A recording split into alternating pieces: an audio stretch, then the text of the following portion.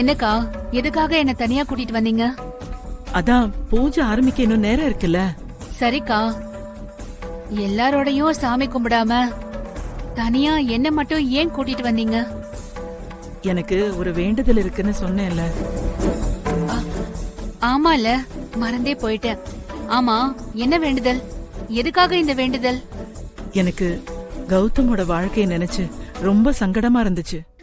அவனோட முதல் கல்யாணம் பிரச்சனையானதை தொடர்ந்து அவன் வாழ்க்கையை நினைச்சாலே ஒருவித பயம் இருந்துட்டே இருக்கு அண்ணாமலை. அதனாலதான் அவன் வாழ்க்கை நல்லபடியா மாறிச்சுன்னா அங்க பிரதர்ஷனம் பண்றேன்னு வேண்டிக்கிட்டேன்.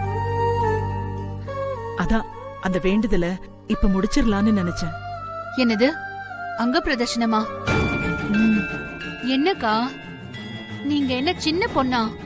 இந்த வயசுல போய் அங்க பிரதர்ஷனம் எல்லாம் பண்ணீங்கன்னா உடம்பு என்னத்துக்கு ஆகும்?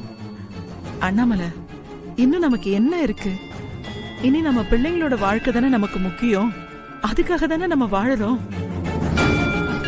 இருந்தாலும் எப்படிக்கா? அதெல்லாம் நான் பண்ணிடுவேன் அண்ணாமலை.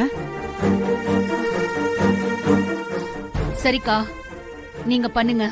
ஆனா கொஞ்ச நாள் ஆகட்டும், அப்புறமா வேண்டுதலை பண்ணிக்கலாம். இல்ல அண்ணாமலை, இன்னைக்கே பண்ணிட்டா எனக்கு கொஞ்சம் நிம்மதியா இருக்கும். கடவுள் நான் கேட்டதை கொடுத்துட்டாரு. வான்மதியும் கௌதமும் சந்தோஷமா இருக்கிறத நான் என் கண்ணால பாத்துட்டேன். அப்படி இருக்கும்போது வேண்டுதலையும் உடனே பண்ணிடுறதானே நல்லது. ஐயோ, அக்காவுக்கு வான்மதியை பத்தி எப்படி என்னன்னு சொல்லி புரிய வைக்கிறது?